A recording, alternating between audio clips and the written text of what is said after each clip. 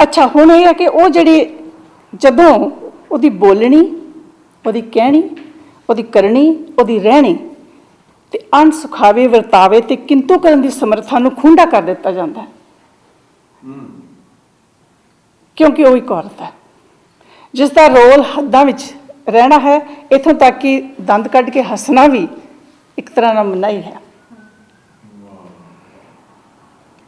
मैं थोड़ा जिहा बोली के पक्ष में जो कुछ मैं पढ़िया यदी मिसाल एक दे रही हूँ। 1982 में जो कई सियासी पार्टियां के लीडरां नूं घरबंदी का पता होना है, सरकार किसी नूं उहदे घर विच कैद करदी है, अखबारां विच खबरां लगदियां ने, लोग लीडर नूं आज़ाद कराउण लई सरकार ते जोर पाउंदे ने, उस लीडर ते उहदी पार्टी का मुल वध जांदा है। पर मैं आपदे भा ते मां जी की घरबंदी विच बस एक यही जी जनानी आ जिन्हों आपदे आप नूं दुरुस्त करन दी लोड़ है। ना अखबार विच खबर आई है, ना किसी ने मेरी आज़ादी लई किसी नूं कुछ आख्या है, ते ना मेरा मुल वधिया है। एक कैदन सोहना पांदी, चंगा खांदी ते साम के रखी जाती है। सो ये प्यार की कैद है, माँ बाप की, भा की, वो उन्होंने इस तरह कैद करके रखते हैं, उन्हें कोई आज़ादी नहीं उत्थे।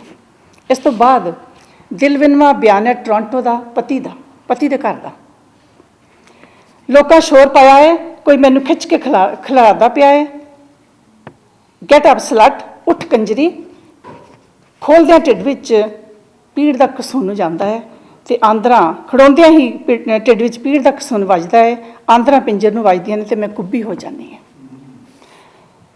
कोई वाल धरू के मैंने सीधा करता है, मत्था किसी मोढे के हड्ड विच वजदा है, घुम्मड़ दियां सिमदियां चिड़गां मच रही ने पिंडे दे विच। एहतशाम मैनू कलीन ते छिकदा है, एहतशाम उहदे पति का नाम है, छिकदा है, किचन के फर्श से लिया सुटता है, टाइलां उभर के मेरे मूँह ते वजदियां ने। मम्मी जी ये किवें सोचिया कि बरंडा इन्हां नूं अद्धो अध कर लगदी है, टाइलां दूर जाण लग पईयां ने, कोई मैनू खिलारदा पिया है। What the fuck is this. वो मेरा सिर माइक्रोवेव विच तुन दिंदा है, नासां मेरियां कच्चे चिकन दियां बोटियां विच खुब के फेफड़ियां नूं सड़े लहू की हवाड़ नाल भर दिंदियां ने, ते वो मैनू घसीट के चुल्हे कोल लिआंदा है, देगड़ी का ढक्कन चाह धौण ते हथ रख मेरा मूँह विच वाड़ दिंदा है। गिच्ची पीड़ का शिकंजा, सिर खूही का डोल, दिमाग विच सड़े लहू की बो, तेरी ये जरूरत तू मेरी माँ नूं भुख्या रखे। तो जो रिड़दी खिसकदी खिड़दी सकीना घरों निकल जाती है, तो उड़ा दिता जाता है कि वह अपने बॉयफ्रेंड नाल भज गई है। सो कोई नवीं गल तो नहीं, इत्थे औरतां मारियां गई ने साडी सरी विच, जदों केस चल रहे हैं तो डिफेंस पार्टी हमेशा यही यूज़ करती है कि वह किसी नाल तलक सी, इस करके उन्हें मारिया गया, जस्टिफाई करते हैं। अपनी इज्जत ते ऑनर बचाने लई औरत की इज्जत ते ऑनर नूं मिट्टी विच मिला दिंदे ने। सो इस करके सारा जिहड़ा समाज का ध्यान है वो बिल्कुल औरत दे जिहड़ा तशद्दद है उहदे वल जांदा ही नहीं, क्योंकि उदों ही उत्ते काटा मार दिता जाता है कि ये तो बदकार औरत हो सकती है। तो आम जनता नूं की उन्हां दी सोच परंपरा के संगलों में जकड़ी सोच इस तो अगे जा ही नहीं सकती, तो वह सच मन के औरत नूं भंडण लग पैंदे हैं।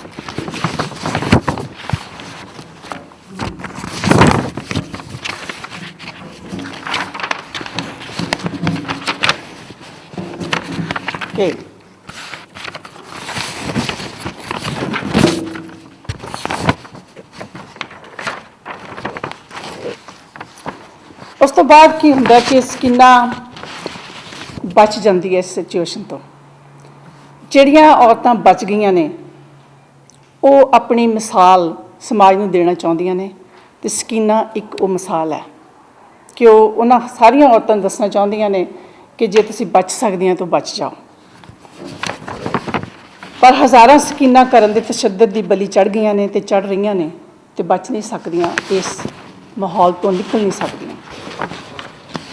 हुण कैनेडा विच रहिंदियां आपां नूं सारिआं नूं पता कि इत्थे सर्विसिज मिलदियां ने, ट्रांजिशन होम ने, जिहदा जिक्र अगे जाके आएगा कि बरंडा एक वर्कर है जिहदी मदद दे नाल ते एक पंजाबन बलविंदर जिहड़ी है उहदी मदद दे नाल जां जान पछाण दे नाल सकीना टोरंटो तो सरी आ जाती है। सो ये 1991 की गल है,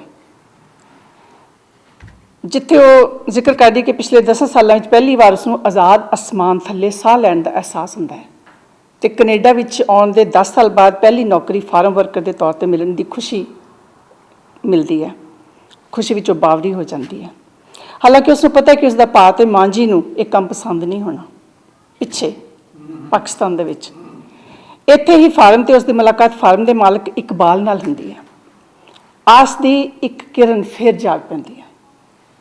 ਸਕੀਨਾ ਨੂੰ लगता है कि इस विच भी उस तरह की ही पारदर्शी दृष्टि है जिस विच ये सब कुछ संचित है।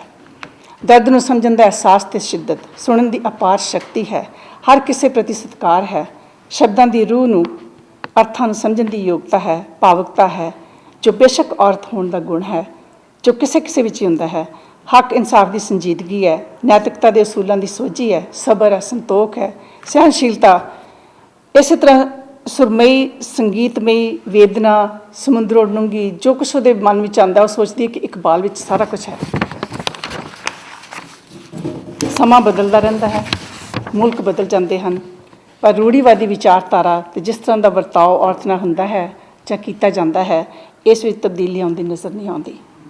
औरत की होनी नहीं बदलती। हाँ, वो दुर्व्यवहारी माहौल नूं छड्ड के किते होर चले जाना, सुरक्षा घर विच पनाह लैके कनेडा वर्गे मुल्क विच प्राप्त सहूलतां ते सपोर्ट वर्करां की मदद नाल अपनी जिंदगी नूं मुड़ के जीवन का यतन करन दा सुनिया भावें उभर के आउंदा है, साडे सामने कर सकदी है। तो यही सुनिया पिछले साल छपे नावल ब्लैक एंड ब्लू सारे विच मिलदा है।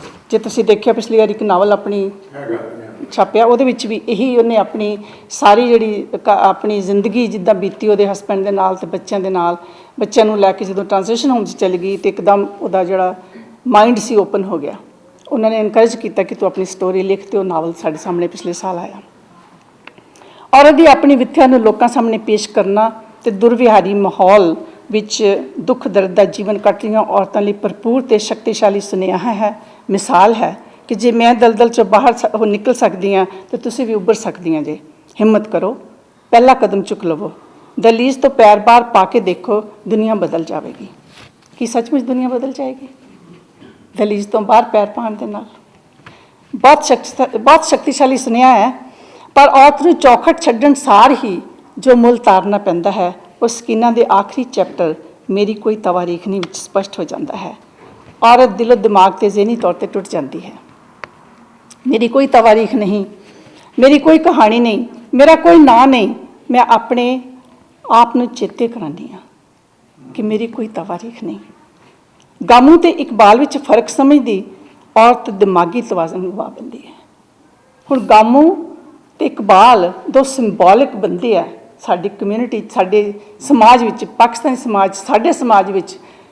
जदों मैं नावल पढ़ रही सी, एक्चुअली मेरे दिमाग विच कभी नहीं आया कि पाकिस्तानी नावल है। ये भी तेरा क्वेश्चन है, क्योंकि मैं सकੀਨਾ दे तौर एक औरत का नावल पढ़िया। वो औरत कोई भी हो सकती है, मैं हो सकती हाँ, तुसीं हो सकते हैं, कोई बलविंदर कौर हो सकती है, वो पाकिस्तान जम्मी हो सकती है, वो इंडिया जम्मी हो सकती है, वो कनेडा जम्मी हो सकती है। ये नावल सारे वो हद्दां बंदे तोड़ के अगे निकल गया। ये औरत की कहानी है। इसनूं किसी भी देश नाल, किसी भी धर्म नाल, किसी सभ्याचार नाल ना जोड़िया जाए। ये किसी गोरी की भी कहानी हो सकती है, किसी काली की भी कहानी हो सकती है, किसी भी मुल्क की, किसी भी औरत की कहानी हो सकती है। कानून बदल गए, औरत ने चलन बदल ले, सहायता मुहैया हो गई, पर ना परंपरा दी लीहां भरियां, ना रूढ़ीवादी सोच, ना औरत प्रति धारनावां ही बदलियां। समाजिक सोच ते वर्तारा बदलण की पक्की निशानी ये होएगी कि जिस दिन किसी औरत नूं नंगे पैरीं सीत अद्धी रातीं निक्के निक्के बालां नाल अपनी चौखट ना छड्डनी पवेगी।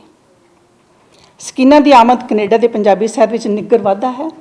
फौजिया रफीक की दिलों धन्नवादी हाँ तो मुबारकबाद दिंदी हाँ कि उसने एक बार फिर समाज में झंझोड़ के जगाउण का यतन किया है। Thank you very much.